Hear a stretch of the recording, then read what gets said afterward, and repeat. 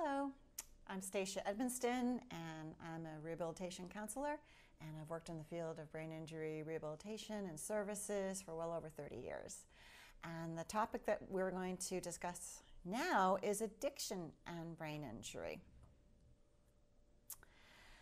So for folks living with brain injury, they oftentimes come with a constellation of challenges.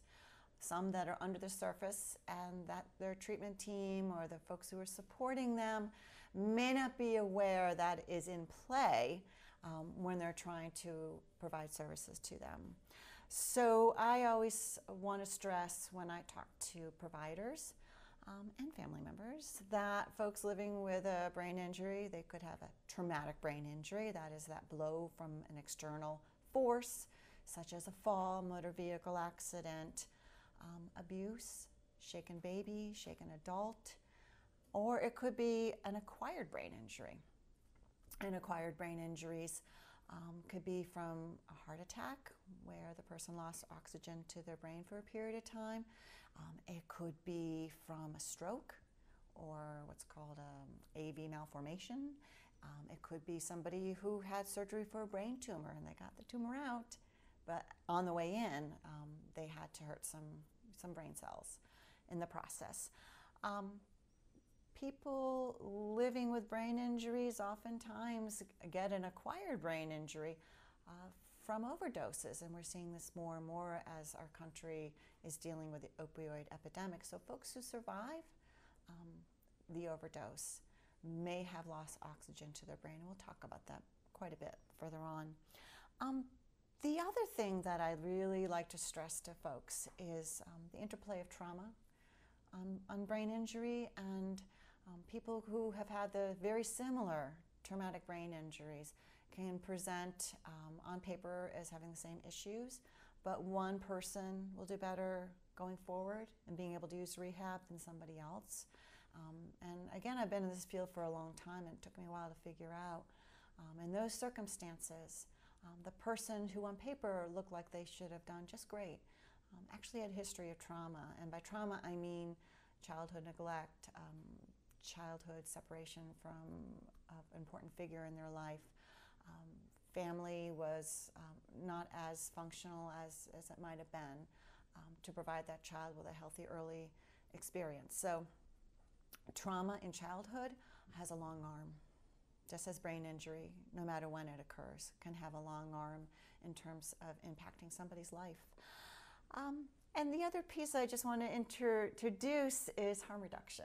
And that's a word that's kind of new to me. And it really is from our colleagues in the addiction field.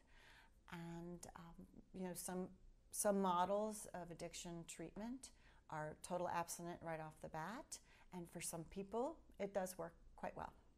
Other people do better to be met where they are in that moment. I have a colleague who would say, so you're drinking 2 6-packs a night. Why don't we try doing 1 6-pack a night? And then the next week, 1 6-pack? How about half that 6-pack? So that's called harm reduction. So you give people incremental steps towards wellness, no matter what it is. And really, you can think about it in terms of anything we do that's maybe not so good for us. So maybe I'm a couch potato. So instead of being on the couch binge watching Netflix all weekend, I'm going to take a break between shows and I'm going to take a 5-minute walk. That's harm reduction. Maybe I'm used to having a little bit of a sweet. Have my box of Oreos, that's my after dinner treat. Sometimes it turns into more than one Oreo. So maybe I'm only going to have an Oreo Monday, Wednesday, Friday, and of course Saturday. And then I'm going to reduce the amount of Oreos I eat. Again, harm reduction, simple stuff we can all apply to most of us in our experiences. But for people living with addiction, it can be a really good way to at least get them into treatment so that they don't feel judged and can begin to work on small incremental goals. It's really related to being person-centered, and it's something that's really been found to be very helpful for people living with cognitive issues secondary to either a traumatic brain injury or an acquired brain injury. So we in the brain injury world have learned quite a bit from our addiction colleagues, and we really need to honor people's strengths. It's been my experience when writing treatment plans with people when they come into a rehab program, that I have 2 columns. I talk about the injury-imposed challenges, and I talk about the strengths they have that they bring in with them to help them deal with those challenges. And more than one person has looked at that when I've written it all down and had it all typed up. So look at this. I'm like, really?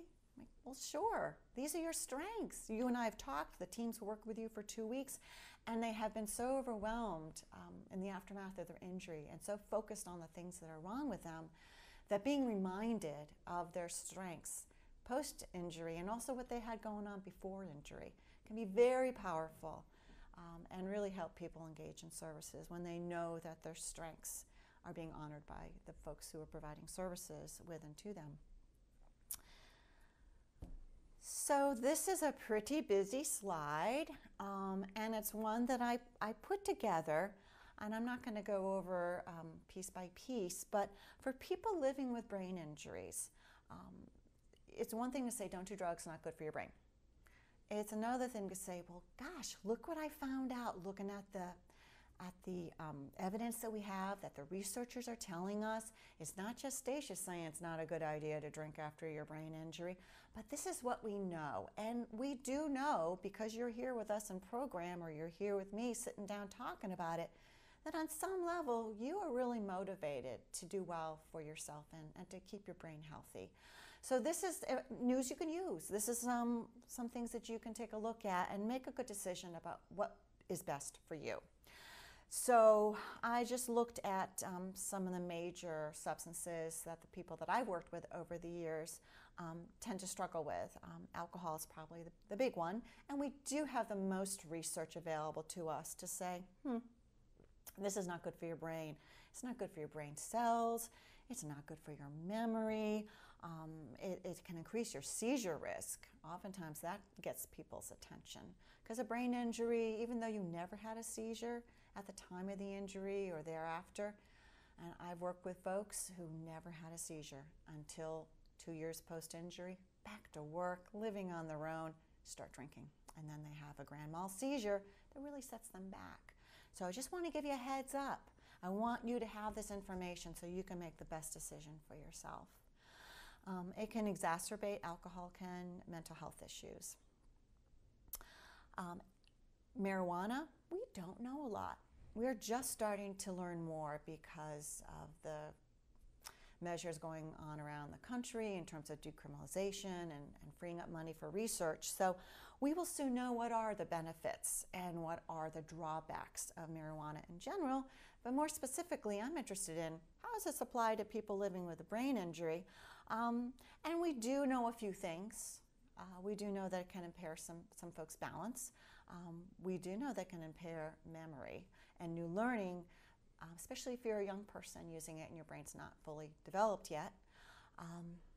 So it impacts the part of the brain called the hippocampus, which I'm going to talk about later. And it's a small part of your brain, but it's an important part of your brain. It really helps you learn and consolidate. In other words, keep that information in your mind. You will have that available to you.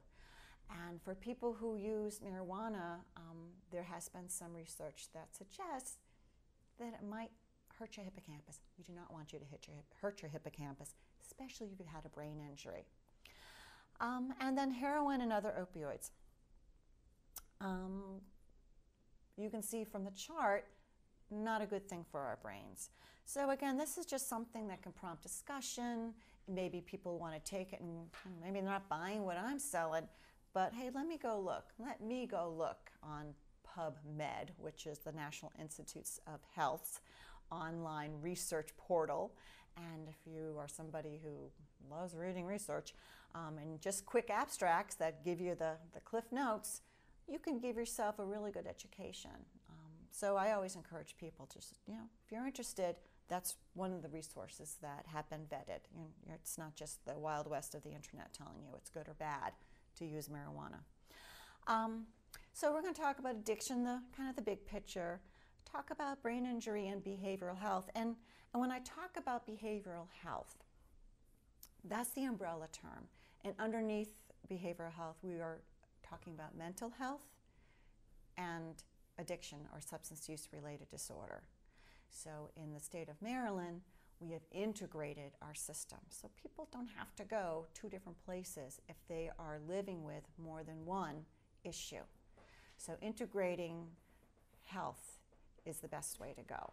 And for people living with brain injury, that's even more beneficial, because if you've heard the 101 background about brain injury, sometimes organization's a real issue. So if I just have to go to one place for my services, that's probably more likely that I'm going to start going and keep going. I'm also going to talk about addiction and acquired and traumatic brain injury. What does recovery mean?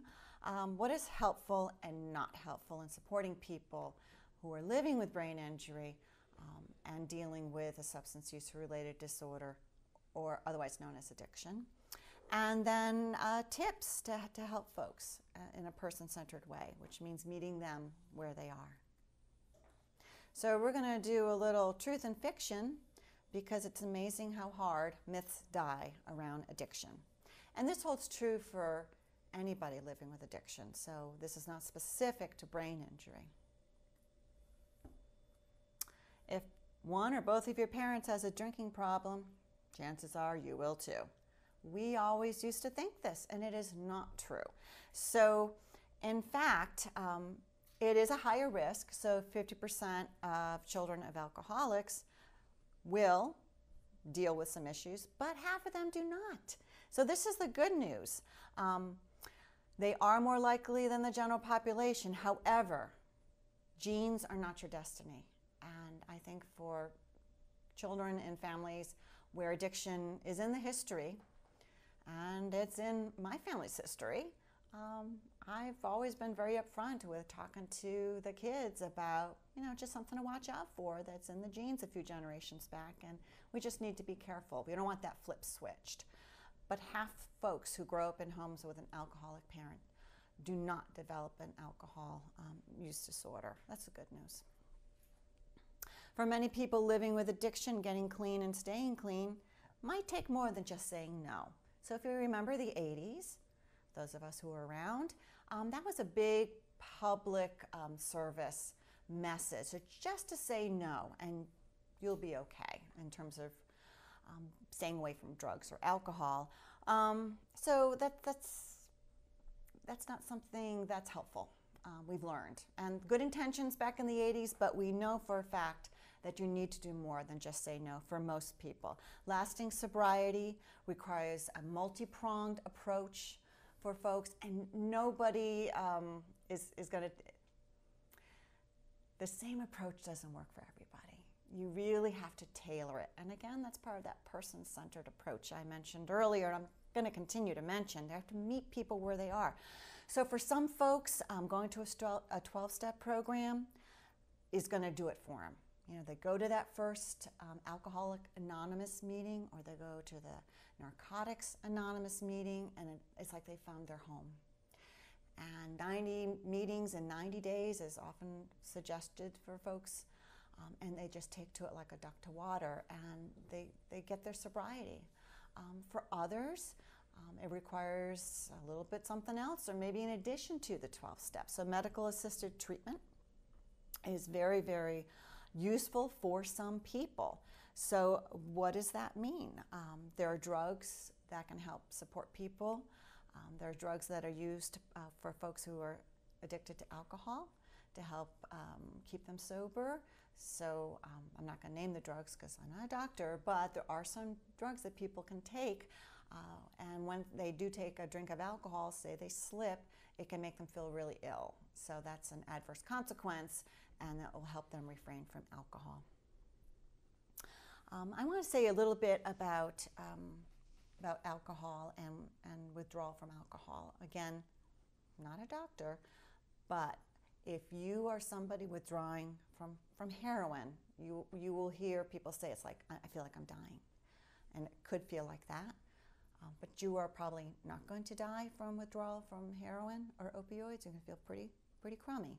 But you can die from withdrawal from alcohol if you've been a heavy, long-term drinker. Seizures and catastrophic health issues if you don't do it under the supervision of a medical professional. So white knuckling it always is not the best course of action, especially, again, for folks who've been living with an alcohol use disorder for many, many years. Best to check with their doctor and have that medically supervised. Usually it's done in an inpatient setting. So for folks who are living with an opioid use disorder, there has been some evidence, and again, the epidemic is fairly new. In the past 10 years, we've seen it ramp up around the country, but the National Institute on Drug Abuse, our researchers there have found that medication-assisted treatment not only helps people stay sober from their drug of choice, be it over-the-counter prescription or heroin and other street drugs, that it helps cut down on their likelihood of getting an infectious disease such as HIV. It also helps in preventing overdoses. So more information can be found, of course, at the National Institute on Drug Abuse, but medical assisted treatment right now is considered a best practice for helping people deal with their addiction. So addiction, like diabetes, bipolar disorder, and heart disease, is a medical condition. True, true, true, true, true. It may not feel like that to the family members and loved ones who are watching somebody deal with an addiction, who is living with an addiction, but it is a medical and biological condition. And I just found this quote from the American Society of Addiction Medicine. It's a primary chronic disease of brain reward, motivation, memory, and related circuitry. What does that mean? So once somebody has become addicted, the brain is looped in. And we're particularly vulnerable to developing addiction when our brain is young. So you often hear, we really just need to help kids postpone that first drink, because if they are susceptible biologically, say it's in their family, to addiction, they have that first drink at 11, 12, 13. And if you read people in recovery stories, that's a common theme. I took that first drink, my parents had a party, I just drank all the leftover alcohol in the glasses. So that's really key. So it is a biological response to the substance, and it becomes ingrained, and then you have the addiction. If somebody is in recovery from drugs or alcohol, relapse is common. Yes, yes, yes, it is true. It is considered part of the whole cycle. And people will more often than not relapse than folks who will be able to stay the course.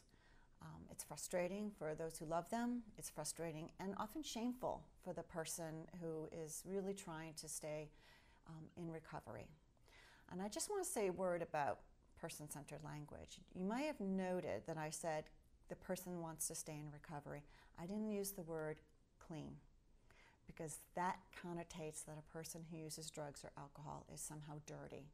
And we hear that term used, well, yeah, dirty urine.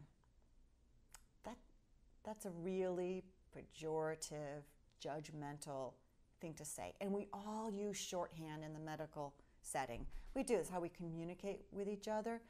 But I think we need to be really careful about using language like that, because it can maybe change our feelings or the way that we interact with the people that we're supposed to be supporting and working with. So relapse is common, and people should be supported to do what they can to engage back in recovery in order to stay away from the substance of choice.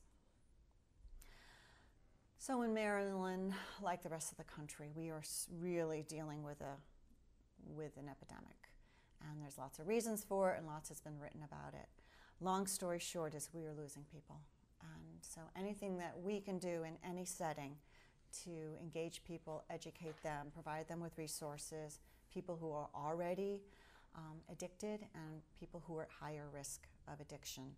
And guess what? That's why we're here today, because people living with brain injury are vulnerable to addiction.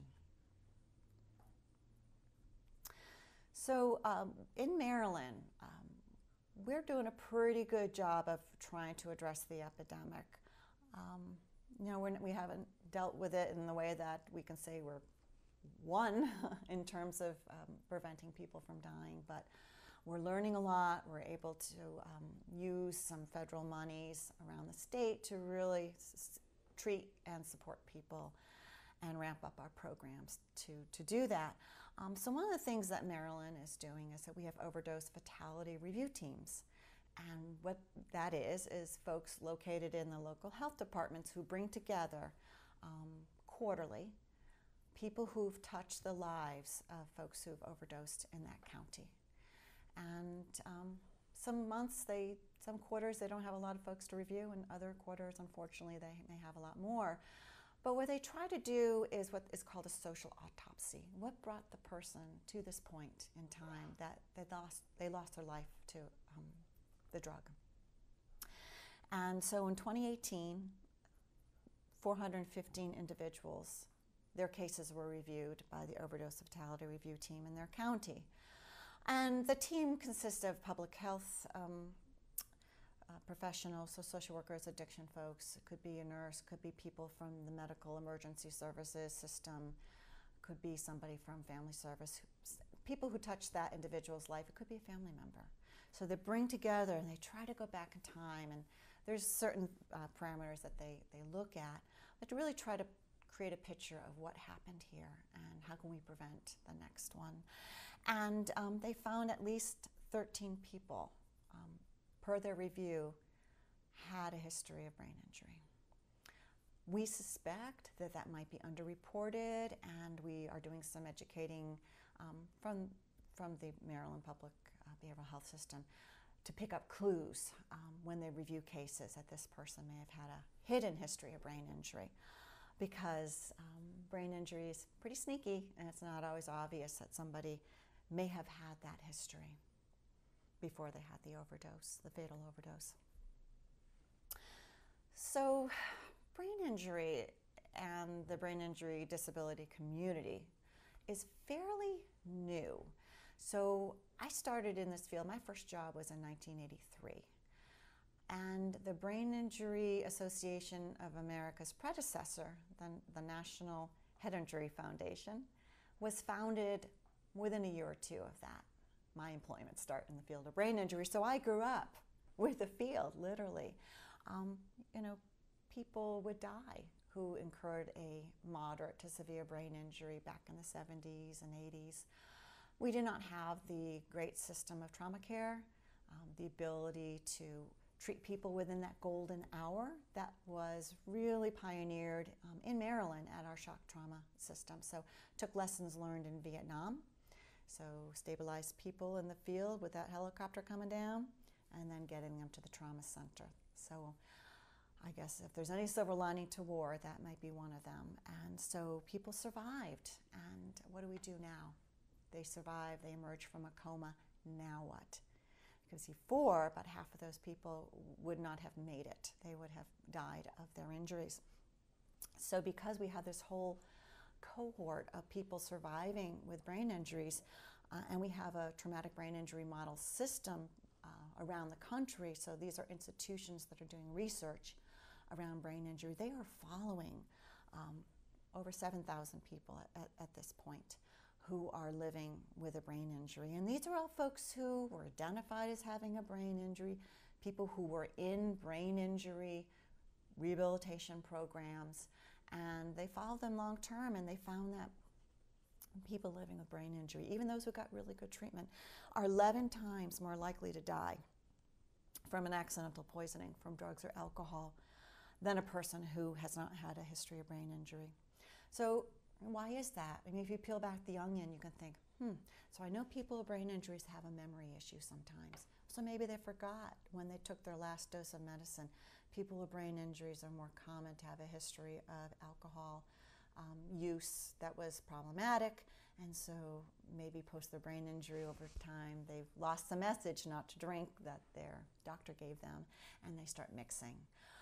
So as a result, and there's other issues people deal with, more chronic disabilities post-brain injury, but people living with brain injury in this group, which is large, lived 9 years less than people without a history of brain injury. So this is a chronic condition, and people need to be supported throughout their lives if they're living with a brain injury. people who misuse alcohol and other drugs are no more likely to have a traumatic brain injury than anyone else. Nope.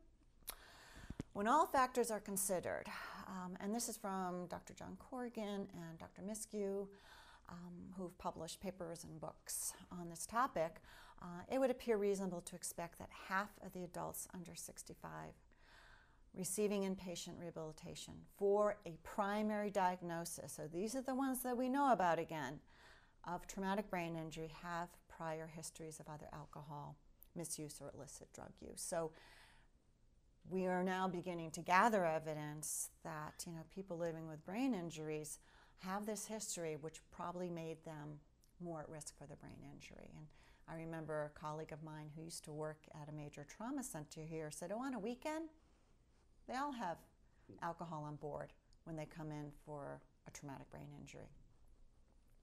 And research suggests, and this is those hidden folks that aren't counted by our model systems, they are in our jails, they are in our mental health facilities, they are in our homeless services, or they're not in any services and they're living under a bridge. About half of those individuals cannot engage in the challenges of daily life. They can't engage and oftentimes develop secondary issues like addiction. If they didn't have it before the injury, they're very much at risk of developing it after the injury. So if a person can't get oxygen to their brain for 4 to 6 minutes, they might suffer an acquired brain injury. I think I set you up for this earlier, but it's absolutely, absolutely true. It can result from all those instances I mentioned earlier. So drowning, cardiac event, opioid overdose, or overdoses. And people who survive an overdose or overdose from heroin, fentanyl, or prescription opioids are at risk of an acquired brain injury. So they survive and then they go forward with a disadvantage, and that is the brain injury. So some other things that can affect addiction, just to briefly go over. Depression and anxiety. People oftentimes will use alcohol or other drugs to treat a mental illness that has not been identified. Boredom. Some people will use out of boredom. A history of trauma. So again, if you are a person who's had a early life experience or experiences that wasn't positive, you were a child who was at risk, maybe the family wasn't so united, maybe you lived in an environment where there was a lot of danger, you may have a history of trauma, and of course other mental health disorders. And then your family history, and again, family is not destiny, but it is what you're familiar with, it is what feels right to you. So what may seem like, if you're somebody who hasn't had this history in your family, what seems like a bender to you might be just another Saturday night for your friend. Because in their family, that 6-pack of beer consumed by dad or mom or both was just the way it was. So what do you do about it? Just say no? Nope, can't do that, because change is hard. Even if you're so motivated, change is hard. And just think of your own life. How many of us have made a major change? We're so happy, we're so proud of ourselves, but I bet you that change was a long time coming. You thought about it, maybe somebody else had to tell you about it. How many of us have been nagged by a loved one or even your doctor that you need to fix, you need to change, you need to improve. And you were like, I'm good. Get your nose out of my business, doc, or wife, or husband, or partner. We don't like being told what to do. We kind of turn into the bad kid that just wants to be defiant. That's just human nature. We don't like to be ordered around by other people, which is why when I learned about the stages of change 30 years ago, it blew my mind, and it really, really helped me change the way I approached my work. Instead of being frustrated that somebody wasn't responding to my pearls of wisdom, falling out of my lips, I understood that I could talk at them all I wanted to about not using alcohol after their brain injury, about using strategies to support themselves for their memory problems. If they weren't ready to hear those messages, if they couldn't see it, then I could not really help impact their behavior. Only thing I could do was meet them where they were and understand that at the beginning, and think of yourself, maybe your blood pressure is a little high, but it's fine. My mother had it, lived to 95. I'm fine. You would be in what we call pre-contemplation. So pre-contemplation is unaware. You are unaware that a problem exists. No plans to change. Those around you may be saying, oh gosh, I really wish you'd go to a meeting. But you're like, no, I'm good. So no matter how much people nag you, bug you, drop leaflets on your bedside table, you are not buying what they're selling. And that is how many people come into services. Maybe the courts requested that they attend either brain injury services, because we have folks who come court ordered in our programs here in Maryland, or maybe they come into drug and alcohol program because the judge said you do that or you go to jail. So they are like this. They're not interested. Contemplation is when, wow, my wife keeps talking to me about this issue, and it's harder and harder for me to get up and go to work on Mondays. I'm just doing what I do on weekends, just having a good time. But gosh, it might be catching up to me. Or maybe you've had even more serious consequence and the police have pulled you over, once. And if it happens again, strong arm of the law is going to come down on you and you won't be able to drive your car to work for a while. You will have court costs to pay. So you start to think about these things. But guess what? It is November and I have Thanksgiving and the holidays and New Year's, so maybe maybe I'm moving to preparation now. Maybe I'll stop on New Year's Eve. Wait a minute, New Year's Day brunches are pretty much a lot of fun. So I'm in contemplation now. I'm thinking about it, and then I start to move into that preparation where I'm actually gelling a plan. And so maybe my plan is January 2nd. I'm going to stop drinking. Well, what am I going to do about that? Well, maybe I'll think about that 12-step meeting that I know meets in my church basement. Well, my neighbor is going to see me there, so maybe there's some other meetings around town I can go to. So you're kind of thinking about it, but it's not 100% firmed up, but then you take action. Then, it's coming up January 2nd, and I think I'm ready for this. And because, well, of course, my wife's saying she's going to leave me if I don't. So I got some motivation here. That's external motivation.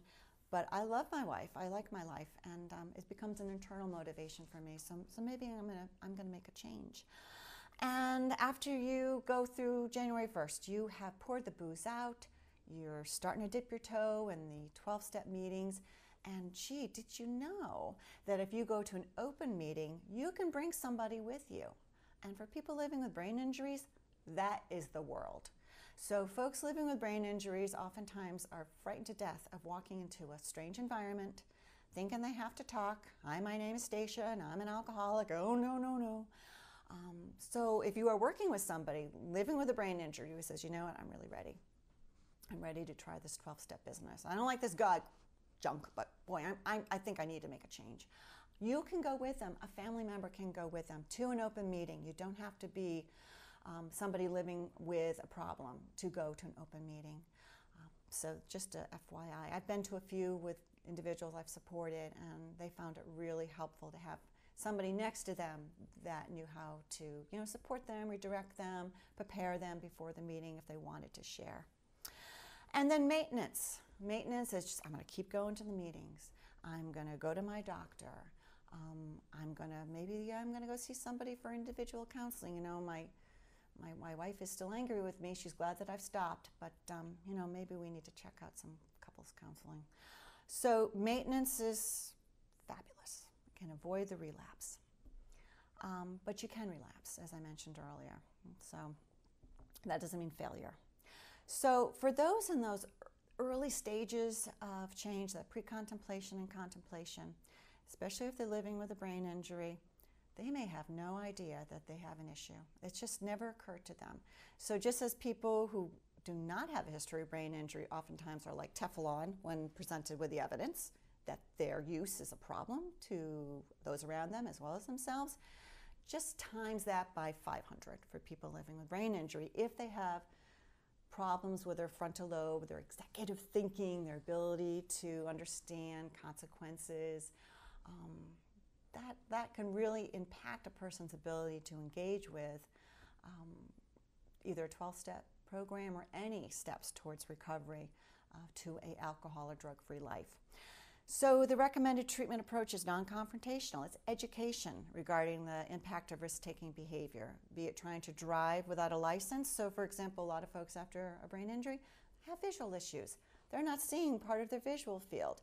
So you're not going to give them their license knowing that they can't see traffic coming at them from the left side. It's the same thing. You educate. This is where your eye is having trouble seeing. This is how you can compensate for it. This is how you learn to work around it so you can pass that driver's test. So it's kind of the same thing with substances. You just have to give them the information in a non-judgmental way. And you really do have a window of opportunity, those of us in the world of brain injury, because people typically, in my experience, come into rehab for brain injuries if they've had alcohol or drugs involved with the circumstances of their injury. Born again. I've seen the light, never going to use again. I'm good. Thanks a lot. And historically, those of us in the more medical model of a rehab program will say, well, good, because I just have to report to the insurance company that I'm working on his memory, that I'm working on his arms, that I'm working on his walking. I don't have time for this. And by the way, we don't have an addiction specialist on staff, so we're all good to go. He says he's not going to use. And God knows I never had any training in addiction when I was in speech or occupational therapy or physical therapy training. Never heard of it. So they want to stay in their lane, but we do folks a disservice because the research tells us that on average, a person who had an issue with substances before their injury has a honeymoon period. It's 2 years, typically. So 2 years, they stick to that dedication to sobriety, and it's kind of easy, right? Because they have family and friends around that are keeping an eye on them. And then after 2 years, they go back to their former level of use. And so we have this window of opportunity where we meet people where they are, and where they are saying, I don't want to use again. So instead of saying, that's great, check, we give them information, we give them resources. The most useful thing you can do. So one thing that I've had a lot of folks say to me when I educate and suggest and give resources is, I hate that higher powered stuff, Stacia. I don't believe in a higher power. That really turns me off. And so some smart person, his name was William Peterson, back in the 80s. I didn't see this until the early aughts because we did not have the internet back in the 1980s. He took the 12 steps and he put that into language that the folks living with brain injury will understand. And now we also have this wonderful messages to share. So for folks who are living with brain injury, this is so specific. We have what you need to know. News you can use to keep your brain healthy after a brain injury. Like that big chart I showed you early on, it really covers a lot of the same ground. One thing that I oftentimes highlight, and that is after a brain injury, alcohol and other drugs have a more powerful effect. So if you were able to drink a glass of wine, maybe 2, and still be able to carry on a conversation. After the brain injury, your brain may be a little bit more vulnerable. You have that one drink and hits you real hard, and all of a sudden your coordination is way off, and oops, you might be vulnerable to another fall, another brain injury. And so people need to know this. We're adults, but I need to do my due diligence as a brain injury professional and give you this information. Alcohol lowers the seizure threshold, as I mentioned earlier. That is so important for people to be aware of. Again, even if you never had a seizure post your injury, you are still at risk if you drink, because alcohol lowers the seizure threshold and a brain injury history lowers the seizure threshold. So these are all great tips that you can share with folks. I grabbed these from the headlines, and for people who are unaware of the impact of an opioid overdose on the brain, this was really probably the first they heard or knew of it. And they say that journalists write the first draft of history. Well, here we go from 2016, 2017, 2018, when the epidemic became obvious to those in the policy realm, in government, and in the healthcare realm. They talked about opioids, are they behind amnesia, which is kind of an old school term for bad memory. Heroin's hijacking the brain. So these were on, NPR and other major news outlets. So we started to understand that this was a big issue. And early on, Dr. Mark Hott, and he's in West Virginia, I love this quote because this is what we've known for years about people living with traumatic brain injury. So people who emerge, thankfully surviving an opioid overdose, he says they all have difficulty learning new information. Every day is pretty much a new day for them. And sometimes within a day, they can't maintain the information they learned the day before. This is so familiar to those of us working in the field of brain injury services. And the conclusion from that is if they have those memory issues, how are they going to be able to engage with and benefit from services? And how are they going to evolve to have a new life that doesn't involve that old life that was really quite overtaken with seeking and using drugs? And I really liked what this professor from Boston University says about likening the overdose to a concussion. You don't die. Concussions aren't going to kill us. And most people do recover from concussion. 90% of people who have a concussion do just fine. They're back to themselves, no longer than 2 weeks, if that. But there is a group of folks who have severe sequelae following a concussion, and it's made worse if they have multiple concussions. Folks who are athletes, folks who are victims of domestic violence, each hit to the head magnifies the last hit. And by the time it's all added up, their functional, their cognitive and thinking skills, maybe some physical areas of functioning are just as impaired as somebody who had a very obvious severe or moderate traumatic brain injury. So it's cumulative damage, and they're seeing that opioids overdose can have a similar scenario. So I had talked about that hippocampus, one of my favorite brain parts, and it's a high oxygen user, and as is the frontal lobe region, which is the seat of our adult thinking. And so when you have a cutoff of your oxygen, those are the parts of the brain that take the hit, the high oxygen users. The oxygen hogs, as Dr. John Corrigan of Ohio Valley likes to refer to them. And they're responsible for being able to manage the world as adults. And when that takes a hit, you can just imagine how difficult it is for folks who have recovered from an overdose to then follow the recommendations. They may be perfectly motivated to go into treatment, but if they're sitting in the traditional way that a substance use related disorder treatment's delivered, they're sitting in a big room with lots of other people talking all at once. They don't have a board up that helps them anchor to the content, and they get lost. And I've talked to addiction specialists about this, and they'll say, yeah, wow, I never thought of that. Because there's one individual, he sees me individually, and he's so motivated, and he gets into group, and he just has a meltdown and storms out throwing chairs, and nobody likes him. Nobody wants him in group. They all talk behind his back. So there he is cutting off his potential support system. And it's because he's living with an acquired brain injury secondary to more than one overdose survival. So easy to misinterpret that as somebody who's non-compliant, non-resistive, or resistive to treatment, refusing to engage. And if that continues, if they're court-ordered, they may be back in front of the judge in a detention center. So again, multiple blows to the head will do the same thing to those critical adult thinking areas. So our overdose fatality review teams really doing great detective work, and hopefully as things move on and we work with them within the public behavioral health arena, they'll begin to be more tuned into the clues when they review cases that person might have had a history of brain injury. And our hope is that they will, in working with people before that overdose, be able to flag that they may be living with an opioid-related brain injury or have a traumatic brain injury on board that is there even before the opioid use starts.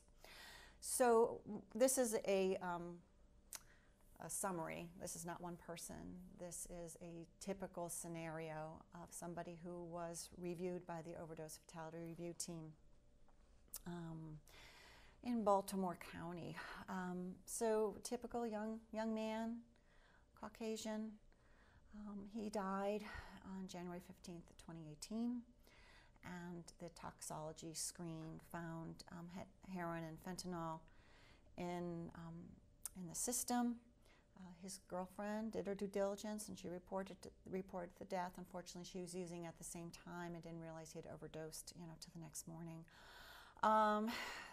No trauma. So there's no trauma, no foul play, no reason to think this wasn't anything other than opioid overdose. And the Baltimore City Police, who have been familiar with this person because he lived in Baltimore City, the subject had a long history of using opioids, heroin, and also he used cocaine.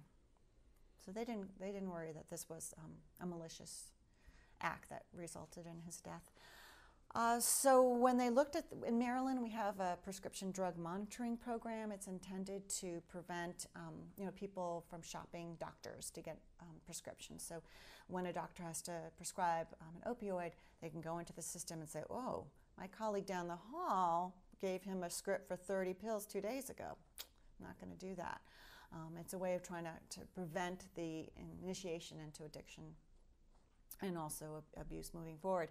So he had been in the emergency department at a hospital many times over the summer and fall of 2016, moving into 2017. And boy, our hospital records, our CRISP system, found a history of a motor vehicle accident in 2016 that left him with some pain.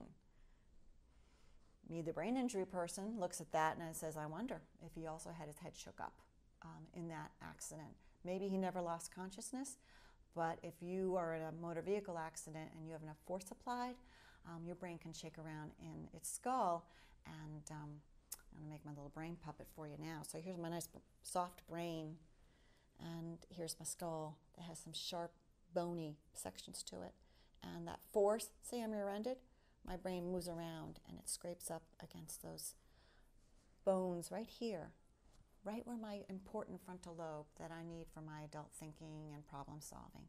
And so I'm wondering, again, looking at this through a brain injury informed lens, if that young man who did not have any record of opioid prescription prior to that car accident, just wondering if there's some connection there. And then we look back at some of his interaction with the law of the not so positive variety. And you can see in 2017, note that's after the car accident. Assault charges, domestic, so maybe intimate partner violence. Theft and possession, most likely related to drug seeking.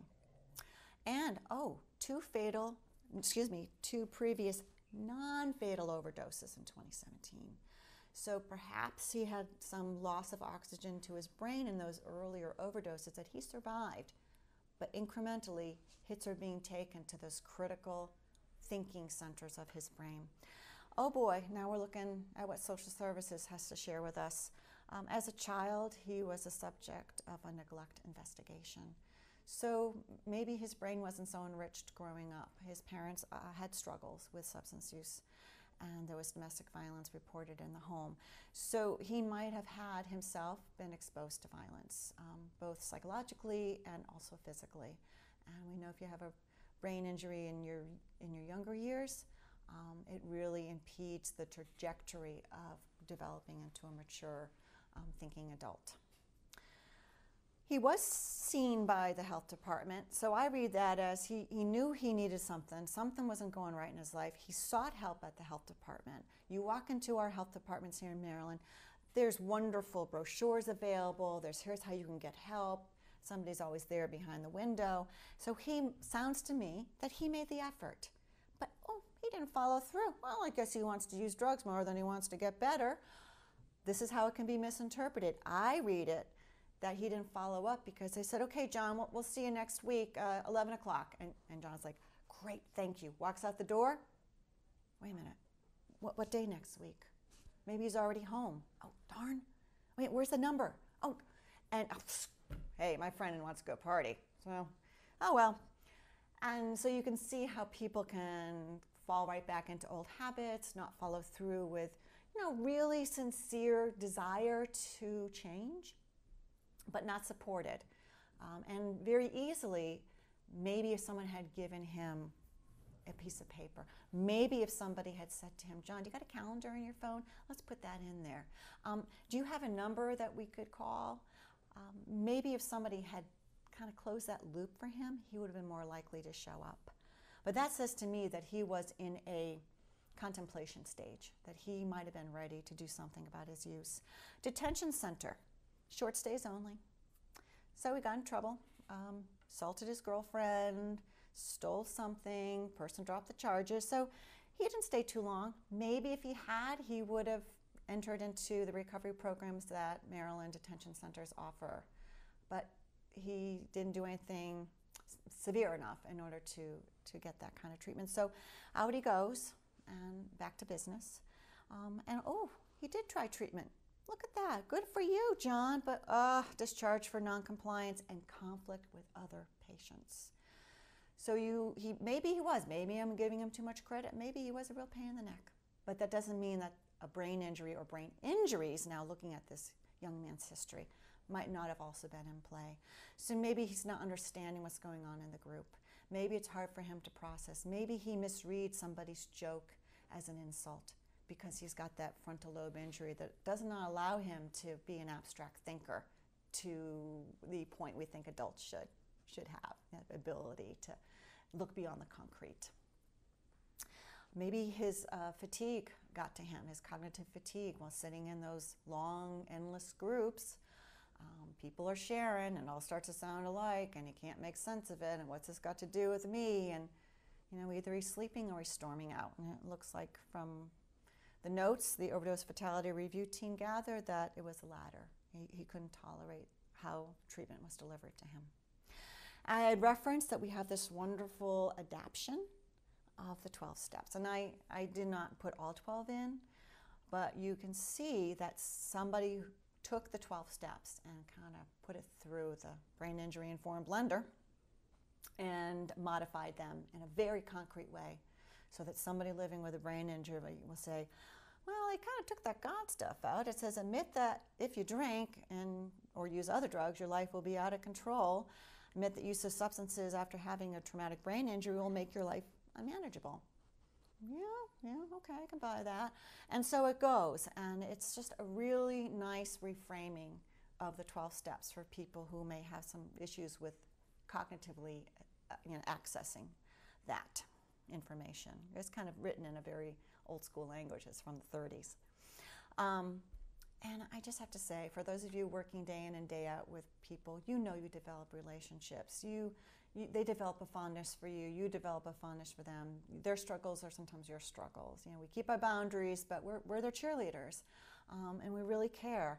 And know that even when they're, telling you to get out of the room or to go whatever, insert any bad word of your choice, that down deep, if you have that relationship, that they value your opinions and advice, and you don't have to be an addictions counselor. I don't need a certification on my wall to talk to people that I've worked with over the years about how drugs and alcohol will affect their recovery from a traumatic brain injury, because I do know about brain injury, and I know that's not going to be good for you and your goals, because you've told me you want to go back to work. So I'm misinforming you, giving you that education. It's not a good idea to use. So you can say, as your nursing assistant or your nurse, your therapist, your physical therapist, I just want to let you know that drinking and or drug use will impact your balance. And boy, you know, most falls in this country are the leading cause of brain injury. I don't want you in that category. We really want you to be safe. So all we can do to minimize your risk of fall, like using that cane, not using drugs or alcohol, is going to be one more thing you can do to really support your recovery from your brain injury. And I'll say it again, meeting people where they are is really the only way to go. So some folks up at Mount Sinai, one of our model systems, I mentioned them earlier, they do a lot of focus groups. They talk to people living with brain injury. They're not just living in their research ivory tower. They bring together focus groups. And so one of the focus groups they brought together were people living with a brain injury who also had a history of addiction. And they said, hey, you're sober. How did you do it? Tell us tell us your secrets. They said, well, we needed to find the right 12-step program. I needed to change persons, places, and things that trigger use. For some people, the higher power is useful. And then they mentioned pets. So let me just break it down a little bit. I'm going to go to the second point, find the right 12-step meeting. A young man I was working with in New York, 3 traumatic brain injuries. His skull had more titanium than bone. And he was still in his early 20s. And he was somebody who had a problem with alcohol, but he was getting ready to go to work. And we were like, we're really worried about this. And wanted him to go to a meeting. A lot of meetings are at night. He lives in Manhattan. He also walked with a cane and had a severe weakness on one side.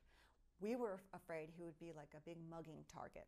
He looked so vulnerable, and he had visual issues, so his head was always swaying around side to side. He might as well have had a sign on his back that said "mug me." And we actually did mugging exercises with him. John, give me your wallet. How fast he could pull it out. We wanted him to be safe. So he and I, when he finally made the commitment to going to a 12-step meeting, we said, let's find one during the day. Okay, Stacia, that sounds good.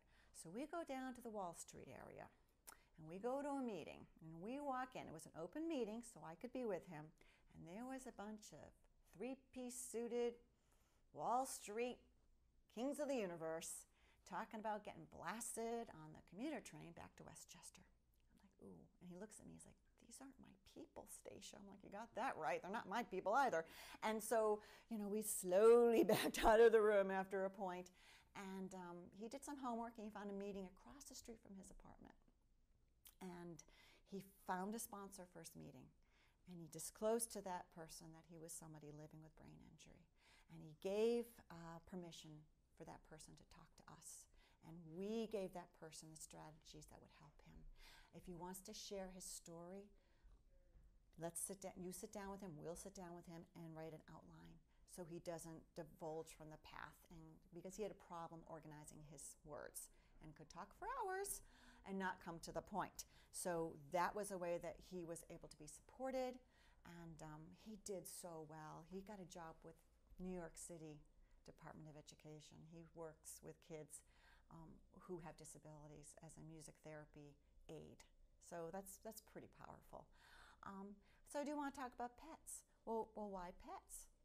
We know about service dogs. You don't have to have a service dog or a service cat, guinea pig, or hamster. Having some other creature to take care of can help anchor people.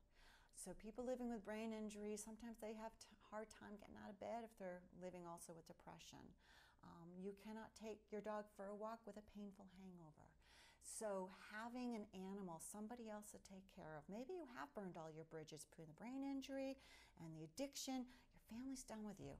But if you can have a dog, cat, guinea pig, snake in your apartment or house, that will help anchor you. It really structures your day. I already mentioned the mandatory detox, so that is when people have their injury, they don't have access to drugs or alcohol. Maybe they're in a coma, so they certainly aren't going to be using. So we need to meet people at that point in time when they're ready, perhaps, and talk about what they can do to not fall into use after they get back on their feet from the brain injury. And again, we are often worried about folks who do not receive that traditional trajectory of inpatient, outpatient, brain injury specific services. So we are doing a lot of training in the state with folks who work in behavioral health so that they can help educate people they serve with mental health or addiction who may also have a brain injury in their history. And so they made that mentioned in this focus group. You know, and the other thing that they talked about was forging the new social bonds. So brain injury, sometimes the effects of it can really disrupt relationships. So how do we help people connect with others post a brain injury? And so finding that right 12-step program oftentimes is critical, but it's a challenge. So what do we recommend in general? You need to screen everybody just because it's not in their medical record. There are a lot of people walking around with a hidden brain injury. You know, when I train, I look at my audience and I said, how many of you have a family member and you just shake your head, you scratch your head, why can't the marriages work? Why can't the job be kept? Why? Peel back the onion. I've actually had people come up to me afterwards and go, oh my gosh, that explains it. He fell off a roof. So, you know, I don't want everybody to think that, you know, brain injury is the only reason why people have challenges, but it could be there. It's good to know, because if it is there, then you can support them and not automatically assume it's a personality issue. And the unenlightened brain injury professionals that I have had the pleasure of working with over time sometimes will say to me, oh, they have to hit rock bottom. Oh, they're going to lie to me if I ask them about their use. No and no. If you ask, people will tell. They will tell. So screen. And I have alluded already to adverse childhood experience. And at this time, finally, you know, because adverse childhood experience is the ACE, which is a 10-question survey, which looks at childhood experiences that were negative. And it was done through Kaiser Health years ago, and found that you know, people who said, yes, I was abused as a child, a parent went away to prison while I was a child, I did not get the food and the care that I needed as a child. If those things are a yes on 4 to 5 out of the 10, those now adults are more likely to have chronic physical issues and mental health issues, obesity, cardiac issues, and diabetes, as well as behavioral health, mental health, and addiction. So trying to link that. Now we don't know cause and effect, but there is a correlation. And it's something we need to be sensitive of, and because we know oftentimes people who have these hidden brain injuries had them in childhood. They might have been connected possibly to an adverse childhood experience or an environment that wasn't safe. If you're poor, you may not be able to afford the child safety measures that we, you know, automatically do if we have the means. You know, we're not securing the steps. We don't put the helmet on the child when they learn how to ride a bike, because we can't afford it. So when they started looking at this, they found that people living with brain injuries, there's a correlation. So the folks at Centers for Disease Control and Prevention are finding that exposure to adverse childhood experiences is associated with an increased risk of traumatic brain injury moving forward. That includes childhood abuse, psychological abuse, so physical and psychological, household member incarceration, so just a stressed out family, dad or mom is incarcerated, maybe there's not so many eyes on the child as they're growing up, and drug abuse. So we need to ask. We need to ask folks. This is the screening tool. You know, I do 3-hour, 4-hour, 8-hour trainings on how to incorporate this, but we do recommend people use the traumatic brain injury identification method out of the Ohio Valley Brain Injury Model Systems Program. And you should ask people that you're working with about their alcohol use. And because of brain injury, we want to make sure we're using accessible tools. And so the CAGE is good. The Brief Michigan Alcoholism Screening Test is good. The audit, and that comes from the World Health Organization. So the Alcohol Use Disorders Identification Test, or the audit, also comes in Spanish, Danish, Norwegian, it comes German. So if you have a diverse population, that is a good one to use. You need to ask about use of opioids and marijuana. and then assess for that childhood trauma and maybe pull out the ACE, the Adverse Childhood Experience Survey, that you can go online and get it very easily. So this is another resource, Accommodating the Symptoms of Traumatic Brain Injury, just a real quick guide that you can look at online that helps you support people living with brain injuries. And there's a number of other resources for you if you're interested in finding out more about what I touched upon. And we suggest, maybe you host a meeting in your facility that's accessible to folks with cognitive issues.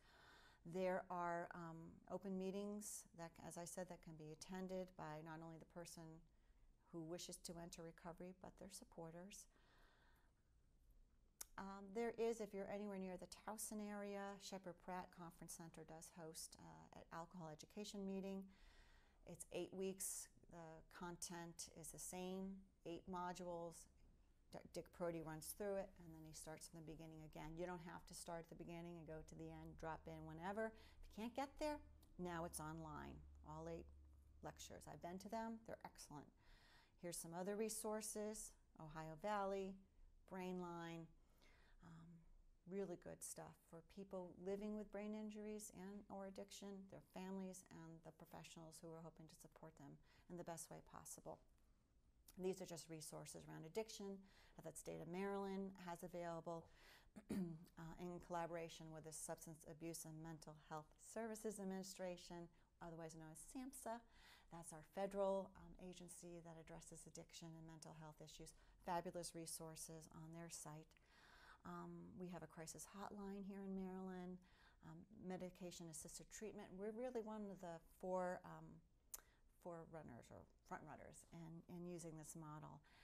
And then the Baltimore Harm Reduction Coalition is a group that educates and supports people in recovery. And that's just a little bit more information for you, including my contact information. So thank you.